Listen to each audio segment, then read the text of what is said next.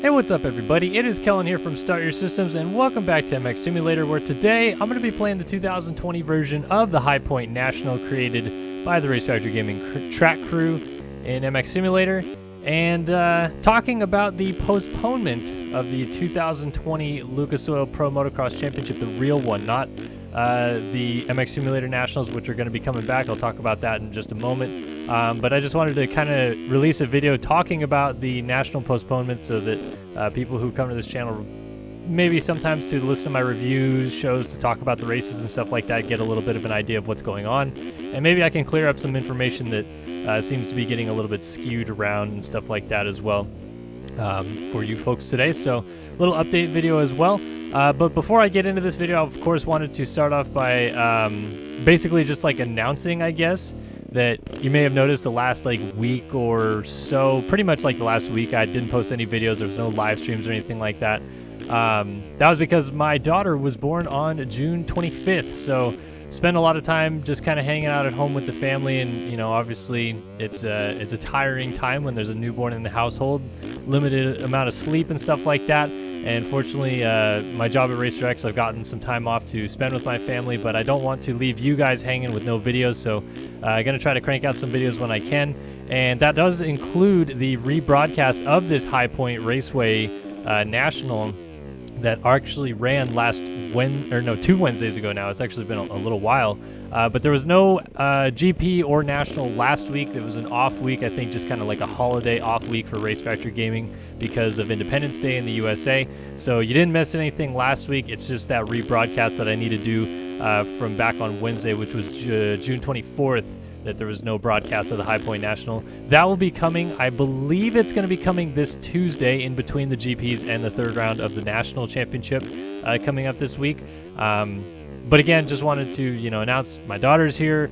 Everything's good. We're healthy. My wife, she was amazing, and we're all good. So didn't want to make people think I just disappeared and fell off the face of the earth. I'm still here.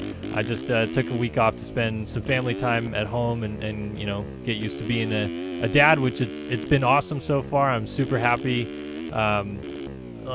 Being a dad, there's nothing that can prepare you for it, but I've just been overjoyed so far to experience it. And she's only basically a week and a half old at this point, but I feel like we've already had so many memories in such a short amount of time. So enjoying the heck out of that. But let's talk about the real life nationals, the Lucas Oil Pro Motocross Championship being postponed temporarily was the announcement. Initially there was a PR that said indefinitely. Obviously that's kind of harsh verbiage for something that's not going to just go away. They're not just completely canceling the nationals. Indefinitely usually does have some connotation to it that oh boy, it's going to be a while before we get back to it. That doesn't seem to be the case with what's going on. And obviously working for Racer X, I have a little bit more inside line with some of the news as well. And Davey, who is essentially my boss, seems pretty optimistic about where things are with these series and where things could be going. So I wouldn't sit there and tell you guys at all that there's no nationals happening this year. That's, to me, just not true. But it doesn't mean it's impossible that it won't happen, because we're in a weird situation in this world, obviously, with COVID-19, and I think everybody, wishes it was different. I obviously wish that things were a little bit, not as gnarly to bring a child into the world right now, and unfortunately have to be a little bit worried about, our health and our environment and the people we surround ourselves with a little bit. Sucks. I don't like it at all, and I think that both sides of the scale, politically in the U.S., this has turned into a nightmare, I feel like, where there's just so much disagreement and not a lot of actual facts or knowledge being tossed around, just a lot of yelling and opinionated sorts. But I'm going to just completely disregard politics today. We're going to talk about this from a kind of a business standpoint, if you will, and why it needed to be postponed and where it sits at the moment, and kind of why we're looking at maybe an August start time or whatever. So initially what happened was, of course, we only had Ironman on the 18th of July and WWE Ranch on the 25th of July scheduled to go. There was nothing else scheduled beyond that. There was, Paula may happen, but that's going to be in October. and they want to run a race at Loretta Lynn's, but there was no official announcement on when that race will be. There's no other tracks that have really announced officially what, their schedule was supposed to look like. Obviously, you're, looking at like what's going on with Washougal and Redbud and Millville and Unadilla and these classic motocross tracks that we go to every year. Why are they not announced? Where, what's the deal with them being left off the schedule? And a lot of this decision making, unfortunately, just comes down to state and local government, because that's kind of the driving force. Like, you can't open a business when everything else around you is telling you, we're closing up restaurants, we're closing up bars, we're closing up this, that, and the other thing. You can only have X amount of people come and participate in anything. So because of that, it really puts MX Sports in a weird position. And unlike Feld and Supercross and everything like that, they're not in a position to run the races fanless. Feld even said that running the races without fans was going to be a major revenue loss for them, and I assume it probably was, having 7 rounds with no fans and no ticket sales, no vendor sales, and they rented the stadium but basically got a huge sum loss on it because of that. They didn't break even or go positive because of it. So I'd imagine to them it's a huge money loss, but the difference is Feld is owned by Ken Feld. Kenneth Feld is a billionaire. He has a lot of money to kind of make up for any lost damages in order to make his series and his promotional brand look good. MX Sports is a mom and pop business that's running a real, tight ship, essentially, where they need all the money that they possibly can get, and running the Nationals without fans is so much more of a detriment to them, because fans is a huge part of their revenue source. They rent out the tracks, and the tracks obviously probably get a share of that revenue source, and probably don't want to rent out the track and have it get hammered and have the facilities be, run through and all that stuff like that without receiving revenue from fans. And then MX Sports themselves needs that fan revenue to at least break even every year, if not, gain some sort of profit from running these races. So because of that, they're in a much different position than Supercross, where we can't just stack them up and do 12 nationals at High Point or WW Ranch or Jacksonville or whatever. Like, it's just not possible, really. Like, they could, and they could probably make it through this year, but that's it. If they have to do more nationals in the future with limited fans or restrictions and stuff after they go for broke this year and try to run it with nobody, I think that they would be in a terrible, terrible position financially, and unfortunately, that puts a really kind of dark cloud over the future of American motocross at that point, I think. So because of those reasons, they can't just jump in willy-nilly without a definitive schedule and things put in place and all that stuff like that. So, they could have started with 2 nationals. They could have tried to sneak in the Indiana and Florida National, but still, they had nothing beyond that fully locked in, fully explained, given to teams. And teams out there, the manufacturers, are asking, like, hey, we need to know. Like, we can't just go into this championship and be like, is it 6 rounds? Is it 8 rounds? Are we doing 12 rounds? Are we doing multiple rounds at the same location?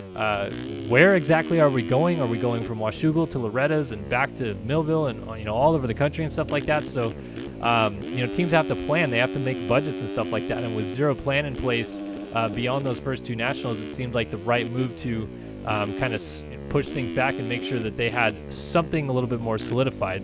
Now, in addition to this, and what Carrie Joe Russell Coombs announced in the announcement, the PR basically, is that, states are seeing a spike in COVID cases, and I don't care what you have to say politically about it. I get it. If there's more testing, there's going to be a spike in numbers and whatever, but regardless of which, there is a premium on saving human lives, I think, at the end of the day.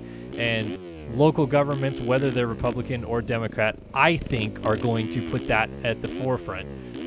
Obviously, some states are more lenient than others, and we understand that situation as Americans in the political party and the system that we're in. However, not every state is free, willing, and open. And one state in particular that is, cracked down super heavy in the last couple days even is New York, which is where Unadilla is. New York is now saying that if you are a non-essential employee coming from out of state, every time you enter the state, you'll need to quarantine yourself for 14 days. So that puts something like Unadilla in like we can't go to Unadilla because there's no way that we're going to give, 80 riders, 80, team members and all the family and stuff like that 14 days in New York, unpaid, for them to figure everything out to go to Unadilla. So, you know, that alone is already like, well, we're down a track. And then other places like Redbud in Michigan, you know, things are a little bit, you know, getting a little stricter, a little bit gnarlier in Detroit and things like that.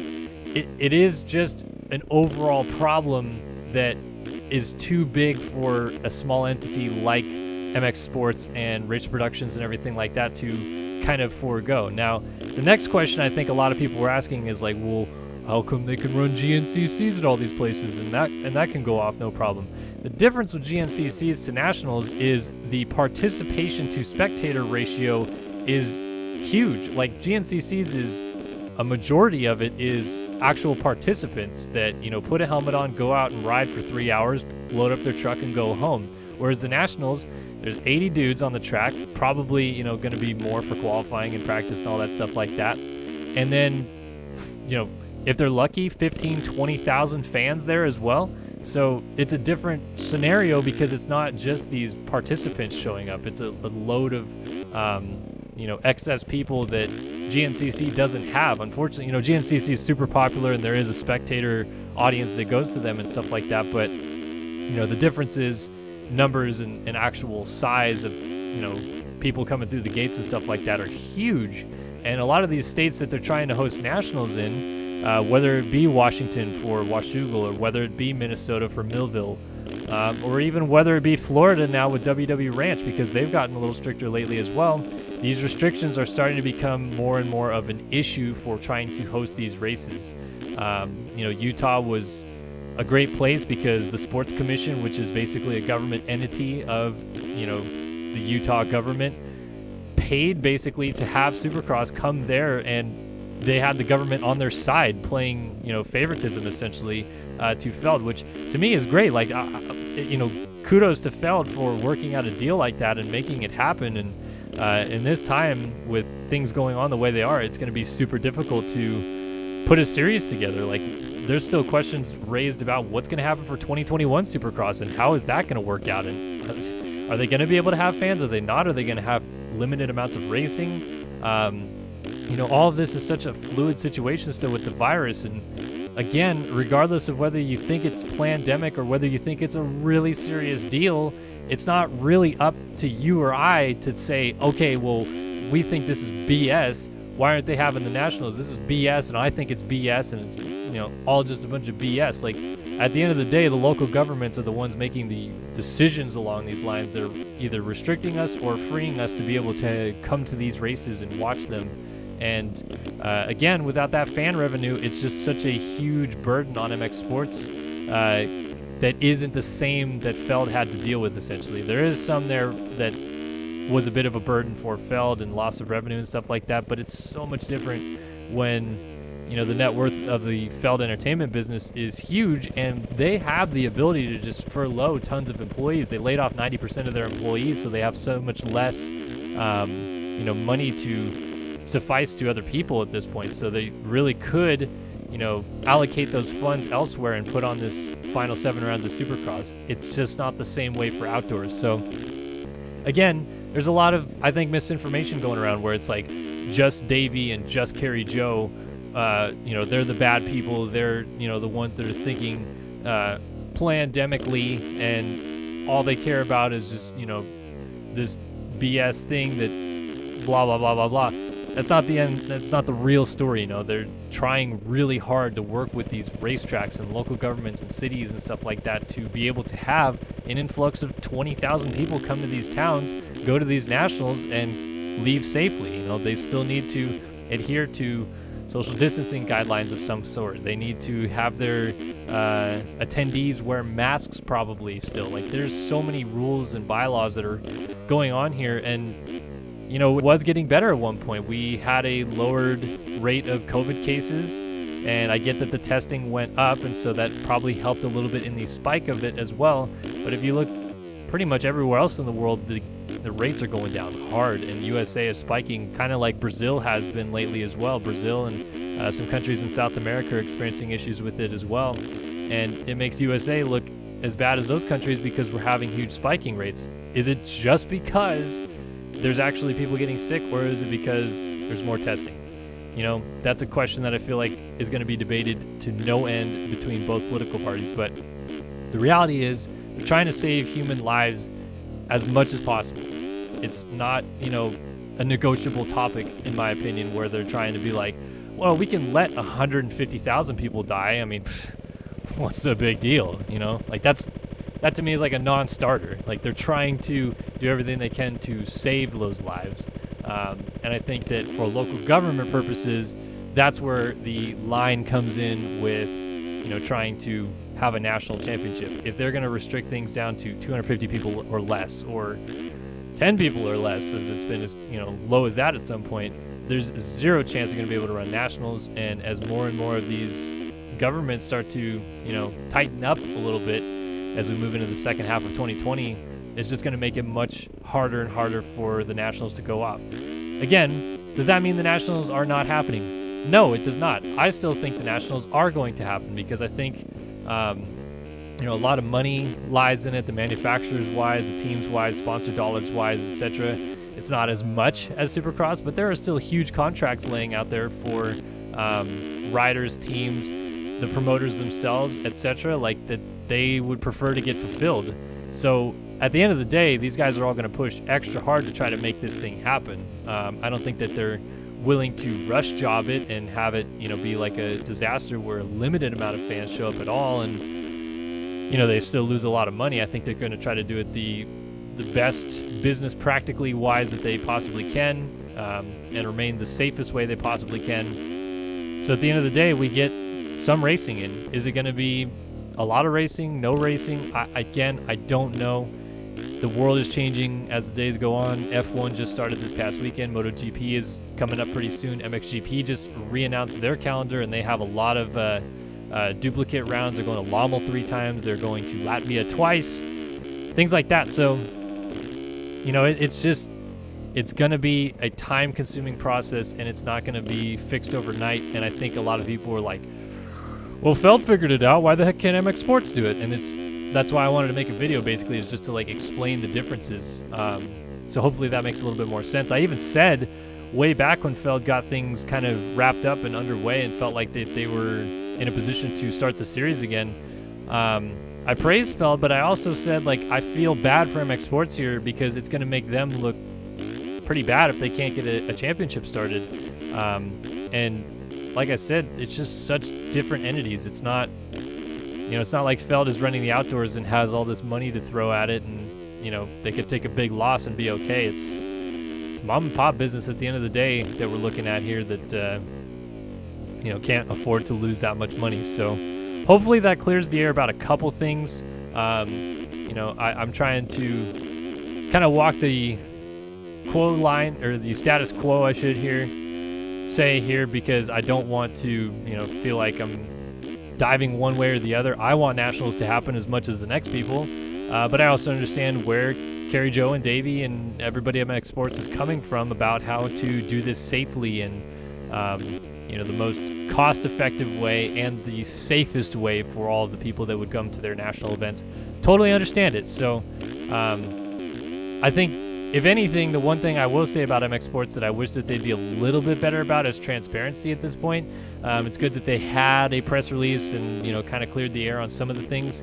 But I think the problem and what people are not seeing with them is they are working very hard behind the scenes to get some of this stuff done. And the exact same way that Feld was lacking in, you know, good transparency about getting information out there and kind of letting the general public know what was going on.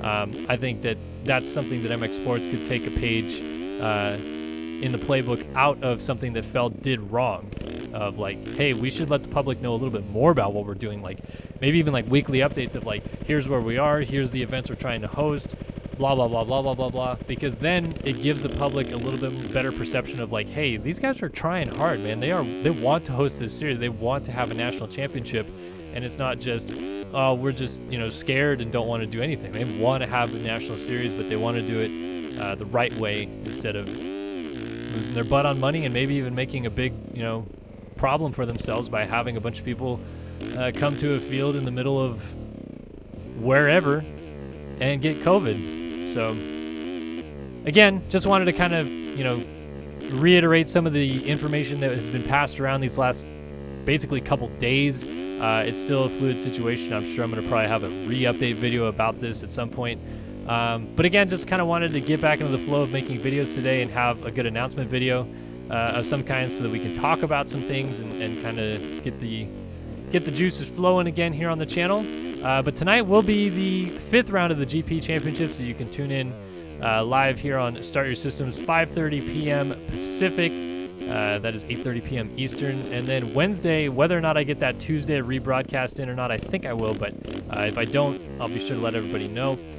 Wednesday will be the 3rd round of the National Championship, so we're getting back into the grind this week, trying to get some stuff out for you lovely people, and hopefully enjoy the content along every step of the way. But either way, hope you guys enjoyed this little update video about the Nationals. Hopefully my explanations made sense. If there's anything you want clarification on in the comment section below, I'd be happy to go down there and discuss. I'd like to try to not be political as much as possible, but I'm sure that that's all this discussion is going to turn into at some point. So whatever, I guess I'll see you in the comment section below to talk about that.